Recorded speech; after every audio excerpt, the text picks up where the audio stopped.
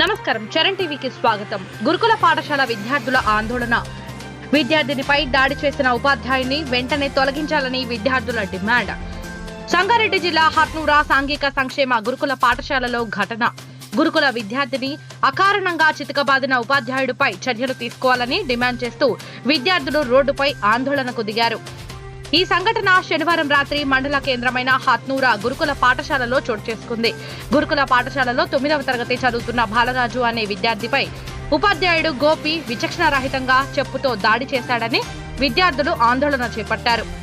ఉపాధ్యాయుడు చేతిలో తీవ్రంగా గాయాల పాలైన విద్యార్థి బాలరాజును నర్సాపూర్ ప్రభుత్వ ఆసుపత్రికి తరలించి వైద్యం చేయిస్తున్నారు. విద్యార్థిని అకారణంగా దాడి చేసిన ఉపాధ్యాయుడిపై చర్యలు తీసుకోవాలని డిమాండ్ చేస్తూ విద్యార్థులు ఒక్కసారిగా పాఠశాల ఎదురుగా ఉన్న ప్రధాన రహదారిపై బైఠాయించి ఆందోళన చేపట్టారు. దాడి చేసిన ఉపాధ్యాయుడు గోపిని వెంటనే విధుల నుంచి తొలగించాలని విద్యార్థులు తీవ్ర స్థాయిలో ఆగ్రహం వ్యక్తం చేశారు. గతంలో కూడా పాఠశాలలో ఓ విద్యార్థిపై దాడి చేయగా తీవ్ర గాయాలయ్యాయని విద్యార్థులు ఆందోళన వ్యక్తం చేశారు. విద్యార్థులు రోడ్డుపై బైఠాయించి ఆందోళన చేయడంతో వాహనాలు ఎక్కడికక్కడ భారీగా నిలిచిపోయాయి.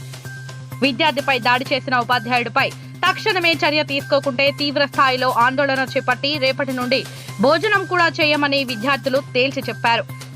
వెంటనే పోలీసులు అక్కడికి చేరుకుని విద్యార్థులకు నచ్చజెప్పడంతో ఆందోళన విరమింపజేశారు.